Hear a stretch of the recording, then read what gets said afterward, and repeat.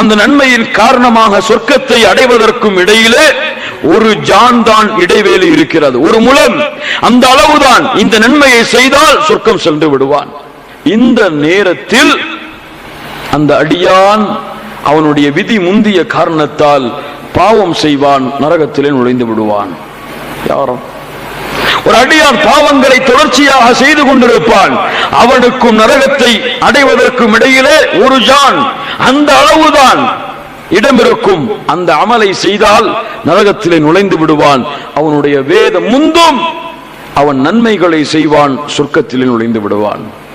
யாருக்கு தெரியும்? தொழுது கொண்டே இருக்கிறேன், பிறகு தொழுது கொள்ளலாம் என்று விட்டிருப்பேன். அல்லாஹ் எனக்கு மரணத்தை கொடுத்தால் அல்லாஹ்வுடைய பாதையில் செலவழித்துக் கொண்டே இருப்பேன், அல்லாஹ் கட்டளையிட்டதை செய்து கொண்டே இருப்பேன்.